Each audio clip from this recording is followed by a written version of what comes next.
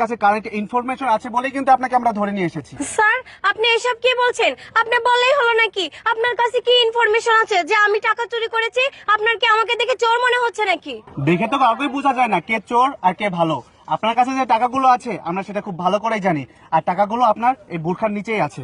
দেখুন স্যার, আপনি কিন্তু তখন থেকে আমার নামে মিথ্যে কথা বলছেন। আমি আপনাকে বারবার বলছি আমি কোনো টাকা চুরি করিনি। আর আমি টাকা চুরি করে কোথায় রাখবো? আমার কাছে তো কোনো পার্সও নেই। আর আমার বোরকার নিচে আমি টাকা কিভাবে রাখবো? হ্যাঁ দেখুন, আমার কাছে ইনফরমেশন আছে বলেই কিন্তু আপনাকে বলছি। আপনার সাথে তো আমি এমনি এমনি বলছি না। আপনার বোরখার নিচে টাকা আছে সেটা আমি খুব ভালো করে জানি, তাই আমি ভালো ভালো বলছি বোরকাটা খুলে ফেলুন। কি বললেন আপনি? আমি একটা মেয়ে মানুষ হয়ে এই রাস্তার মাঝখানে দাঁড়িয়ে বোরকা খুলবো?